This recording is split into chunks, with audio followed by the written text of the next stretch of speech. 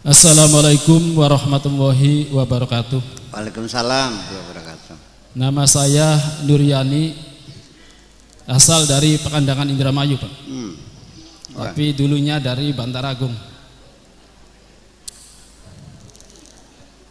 Orang yang meninggal itu banyak macamnya. Ada yang meninggal karena ketabrak mobil, Ya.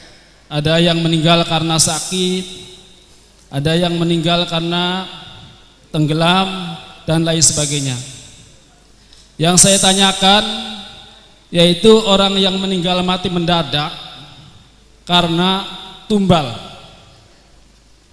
Karena di desa ini sering orang geger mati mendadak misalnya karena tumbal. Nah, yang ingin saya tanyakan menurut Islam, orang yang meninggal karena tumbal itu bagaimana? Maksudnya begini Pak Kiai, apakah benar-benar sudah meninggal atau belum, masih hidup? Cukup sekian Pak Kiai. Oke. Dengarkan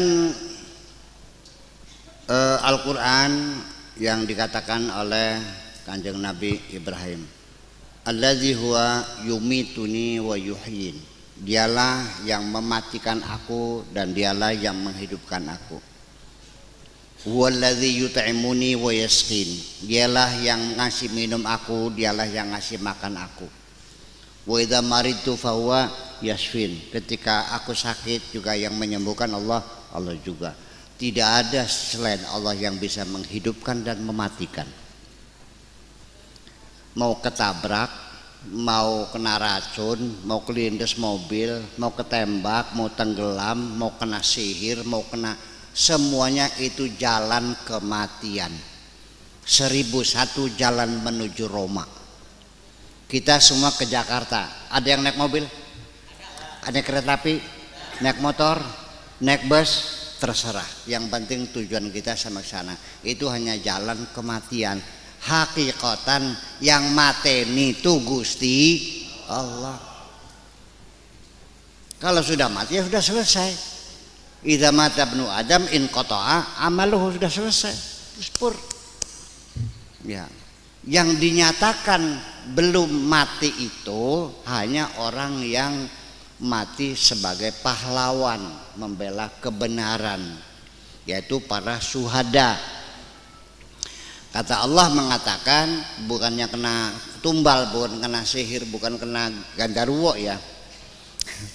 Tapi yang matinya itu karena ditembak musuh ketika membela tanah air, membela kebenaran. Firman Allah mengatakan wala tahsabannal ladzina qutilu fi sabilillahi amwata. Jangan kamu kira mereka yang mati terbunuh membela Allah sudah mati, bal ahyaun, tapi mereka masih hidup. Inda rabbihim yurzaqun, masih mendapatkan rizki dari Allah, masih tinggal di sini. Nah, kita mau kasih makna bagaimana orang mati ditembak Belanda, udah dikubur kan, kita kuburnya bareng-bareng. Bisa nggak kita temui di rumahnya? Di kantornya, di balai desa, di sawah, bisa temui enggak? Enggak. Fisik dia mati, tapi Allah mengatakan mereka tidak mati, masih hidup, masih mendapat rezeki dari Allah. Itu pun bukan mati kesarat namanya, statusnya belum mati.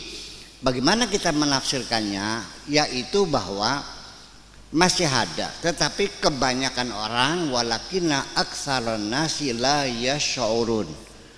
Kebanyakan orang tidak bisa merasakan keberadaannya. Satu contoh umpamanya, Mas Sepeng udah mati belum? Di rumahnya ada enggak? Andaikan dia matinya ditembak musuh lagi membela agama, kata Allah tidak mati, masih itu. Bisa terjadi. Di sini dulu para pahlawan kita masih ada duduk di pojok di sana, tapi kita nggak ada yang tahu karena kita tidak bisa merasakan keberadaan mereka. Yang bisa tahu hanya orang-orang tertentu yang di sininya dipasang transistor. Paham nggak? Kita di ruangan ini banyak gelombang nggak? Ya, gelombang frekuensi modulasi, gelombang shortwave, gelombang ultra high frekuensi, gelombang elektromagnetik, gelombang, wah, bermacam-macam gelombang membawa suara. Bisa didengar nggak? Enggak. Kenapa? Nggak punya alatnya. Kalau punya alatnya, ya berbunyi. Nah, itu juga mereka itu hadir dalam bentuk gelombang, yaitu hanya orang-orang tertentu yang bisa tahu. Dan itu pun tidak ada masalah dalam kehidupan ini. Itu urusannya Allah. Jadi sebaiknya begini aja lah. Udah kita mikirin, jangan mikirin orang yang mati, apa mati kesaran. Fokus mati, saya matilah kalau gitu. Ya kan begitu. Dan para syuhada juga samalah, nggak usah mikirin bagaimana bisa ngobrol sama mereka, ya itu hanya orang-orang tertentu, dan Allah juga memberikan kemampuan itu orang-orang yang dipilih oleh Allah. Wallahu yakhtassu bi rahmati man yasha. Allah memberikan kemampuan berkomunikasi dengan alam barzakh itu juga tidak diberikan kepada semua orang, diberikan orang tertentu yang dikehendaki oleh Allah dengan kesolehannya. Gitu. Konon kabarnya yang bisa berkomunikasi dengan alam barzakh itu di sini ada namanya Habib Lutfi, dengar? Yang biasa salawat itu salawatan tuh. Iya, itu Presiden Thariqah Mu'tabarah di Indonesia itu katanya, yang selalu dibawa oleh Gus Dur kalau ziarah kubur tuh selalu bawa Habib Lutfi katanya, kan gitu, supaya dia yang tahu. Tetapi begini, ada beberapa kesaksian bahwa orang yang sudah mati itu bisa dihubungi. Itu cerita ini di dalam kitab Ar-Ruh, namanya kitab Ar-Ruh. Ini orang tua meninggal kaya raya, banyak emas berliannya, mung dulu belum ada berangkas, belum ada bank, belum ada safe box, belum ada tempat gitu. Jadi zaman dulu itu kan dipendem, taruh di guci dipendem. Nah begitu meninggal, anak cucu mencari mana harta orang tua kami, dicari-cari nggak ketemu, akhirnya rumah dikeduk-keduk semuanya nggak ketemu. Nah kebetulan mereka mendengar ada orang sakti, orang sakti yang bisa berkomunikasi dengan alam barzakh. Jadi mereka datang, diceritakan bahwa orang tua kami orang kaya, banyak hartanya, banyak emasnya, tapi nggak tahu di mana nyimpennya. Dia terus si kiainya itu nanya, namanya siapa orang tua kamu, matinya kapan, jam berapa, tanggal berapa. Oke, nanti 3 hari lagi kamu ke sini. Nanti mau saya lacak, saya hubungi dia ke sini. Nah 3 hari kemudian dia datang, lalu dia katakan ini hartanya ada di kamar tidur. Masuk ke kamar tidur 3 langkah, lalu belok ke kanan selangkah di situ. Mereka datang masuk kamar 3 langkah, terus belok ke selangkah, dikeduk, ya ada di situ. Ini artinya bahwa masih bisa berkomunikasi. Kemudian ada lagi, mungkin ya ini saya cerita begini ceritanya gini. Si anak ini ada yang nawarin dibawa ke Jakarta, mau kerja ya di diskotek lah gitu. Sudah dandan, si mucikari sudah siap jemput jam sekian, jam 3 malam gitu, mau dibawa ke Jakarta. Pakai apa biasanya tuh mobilnya apa, travel ya, travel yang 2/3 tuh. Jadi dia sudah dandan, sudah baju di koper, sudah duduk di ranjang nungguin jemputan. Tiba-tiba kakeknya datang. Wahai cucuku, mau kemana kamu? Mau ke Jakarta bapak tua. Ada apa? Mau kerja, untuk apa? Buat kasih makan anak-anak. Ya suami saya meninggal dunia, anak-anak saya perlu makan. Jadi gimana? Wahai cucuku yang tercinta, ini bapaknya mati pahlawan ini. syuhada. Jangan pergilah, percayalah, kamu dapat harta nanti kamu penyakit nggak ada enaknya. Udah tinggal saja di sini. Kalau nurut, bapak tua doakan kamu dapat suami yang kaya. Gitu, begitu. Ini dalam keadaan duduk, terjadi dalam keadaan duduk, tidur tidak, mimpi juga tidak, setengah mimpi tidur.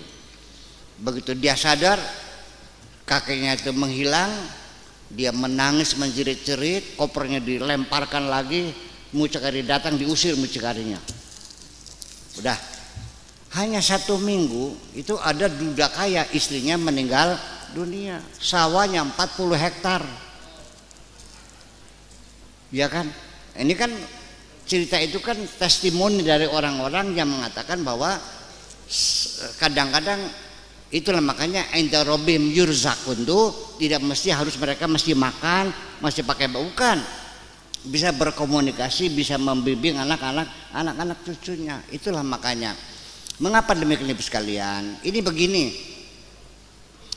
orang tua yang soleh itu masih bisa menjadi pertimbangan anak-anaknya mendapat nasib baik karena mempertimbangkan orang tuanya.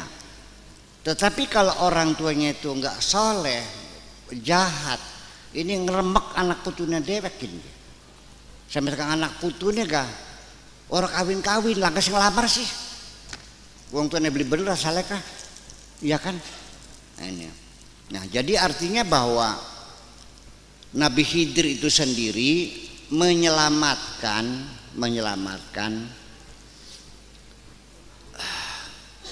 harta karun anak yatim dengan pertimbangan wakana abuhuma solihah, karena bapaknya orang soleh. Percaya enggak? Kalau kita ini baik-baik di dunia, Bu, anak cucu juga mendapat keberkahannya. Percaya enggak? Umpamanya saya mati, anak saya namanya Awab tuh main ke rumahnya Jaul ini Jaul kan. Lamun anaknya kita tekaning sira, waya balik disangone belenang. Sangone tetep ae kelingan bapane. Jadi kalau kita sayang sama anak cucu, tolong dong kamunya yang bener, jangan buat ulah. Nanti anak cucumu ikut sengsara semua. Percaya nggak Bu? Aduh, amit-amit pitung turun, masa gerap kita dia mantu koro turunannya gentok. Ya kan, nasib mereka juga terganggu karena kelakuan kita ini. Maka kalau kita menitipkan anak cucu kita kepada masyarakat, cobalah kita banyak berbuat baik kepada masyarakat kita. Saya kira mungkin begitu. Terima kasih.